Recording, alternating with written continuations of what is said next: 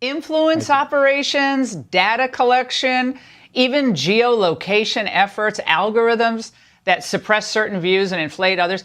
How can any American in any position of power not move immediately to force this 100% sale of the company TikTok from the Communist Chinese? How's there anyone against this? Because TikTok's popular. People like it. And the reason why they like it, what makes TikTok so good, is that it has this artificial intelligence that knows you better than you know yourself. It's literally reading your mind. The more you use it, the more it knows about you. The problem is not that TikTok has that. The problem is that ByteDance and their engineers in China are the ones that own that artificial intelligence. And so as long as ByteDance owns the artificial intelligence that powers TikTok, we got a Trojan horse living inside our country. Their parent company is under the complete control, period, of a foreign government that's hostile to the United States. Now, it's been said that China's relationship with the United States will be one of the defining factors of the 21st century. Relations between the two superpowers have been strained in recent years over a host of issues, including trade, human rights, spying allegations, and Taiwan. China, Russia and Iran are holding joint naval exercises this week near the Gulf of Oman. Well, during much of the Cold War, Soviet Russia and Communist China were at odds, but especially since the start of the Ukraine war, the two authoritarian neighbours have been forging deeper ties and now appear to be positioning themselves as geopolitical counterweights to the US. As the title of our discussion implies, today's global order is not working for everyone. In fact, I would go further and say it's not working for anyone. So vital is China to Moscow now that the President Vladimir Putin has described Beijing and Russia's relationship as being without borders.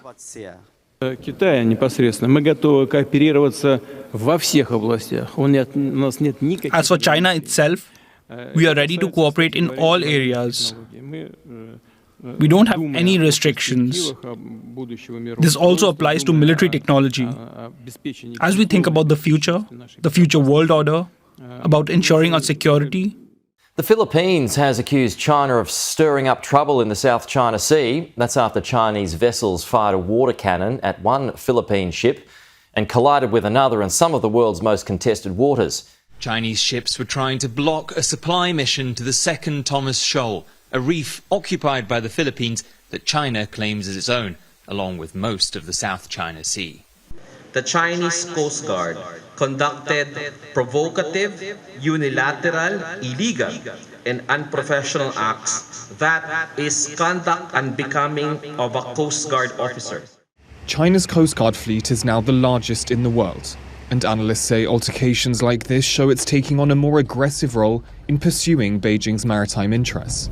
It recently ramped up patrols around the Taiwanese islands of Jinmen, territory within eyeshot of the Chinese mainland, which Beijing views as its own. But all that stoking fears maritime spats could spiral into great power conflict involving the United States. The US is Taiwan's most important ally and arms provider, and Manila has a mutual defense treaty with Washington. With no path to de-escalation in sight, some of the world's most contested waters may see more tension and more potential for miscalculation in the weeks and months to come. Let's focus on Russia. President Vladimir Putin says Moscow ready for nuclear war if threatened. Putin's latest warning to the West as some NATO nations like France and Poland refuse to rule out sending troops to Ukraine. The 2024 annual threat assessment of U.S. intelligence is warning the U.S. is facing, quote, an increasingly fragile global order this year. The report also says that, quote, ambitious but anxious China, a confrontational Russia, some regional powers such as Iran, and some more capable non-state actors are challenging long-standing rules of the international system as well as U.S. primacy within it. Now, Iran in recent years has in fact stepped up its military cooperation with Russia and China as its ties with the United States remain pretty strained. Against the backdrop of rising armed conflict in the Red Sea, it is the second time that China has conducted joint drills in the Indian Ocean since the outbreak of Israel-Hamas war. China has warships stationed at a naval base in Djibouti near the Red Sea. It has not officially condemned the Houthi attacks. The naval forces of the Yemeni armed forces, with the help of Allah the Almighty, carried out a targeting operation against the American ship Pinocchio in the Red Sea with a number of appropriate naval missiles, and the hit was accurate. The Houthi leader previously pledged that attacks will escalate if what he calls the brutal aggression against Gaza does not stop. I mean, it underscores the fact that the United States is facing global security challenges on a scale we certainly haven't seen since the Cold War, and most likely, since World War II. I mean, just look at the facts of it. Our adversaries are considerably more aggressive.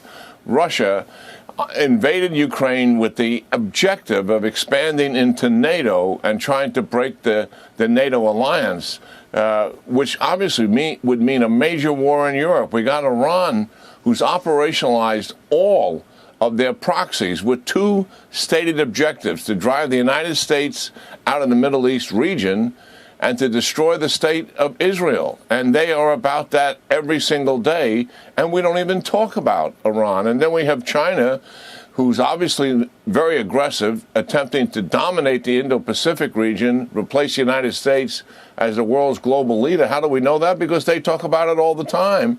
And also, all of these countries are undermining the civil society in the United States. China is conducting aggressive cyber espionage on a regular basis. Russia has huge influence operations that are ongoing as we speak, and Iran is stepping up their game as well. I mean, the United States is clearly under attack here in our homeland and also in all of our interests overseas. And where was a discussion of this in the State of the Union? And the House has voted to pass a bipartisan bill that could lead to a nationwide ban of TikTok.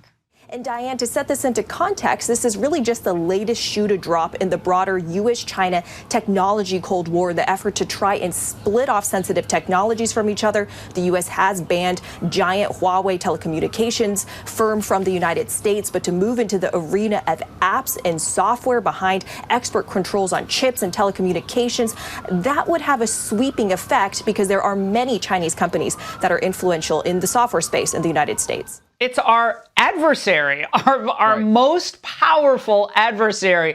And we're just giving them all this information because they got some well-heeled lobbyists on Capitol Hill.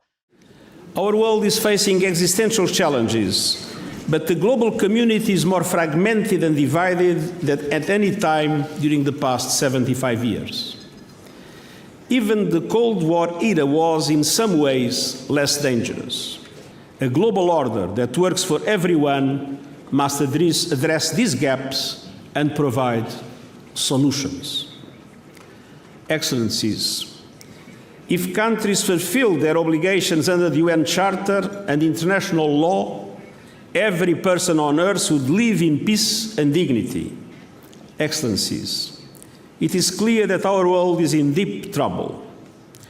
Global governance in its present form is entrenching divisions and fueling discontent. We must work based on justice with renewed urgency and solidarity. There is always an opportunity to create a more inclusive, comprehensive, and effective global order that works for everyone based on international law. A safer world and a bigger pie for all. That is the objective of the UN Summit of the Future in September. Let's seize the opportunity, and I thank you.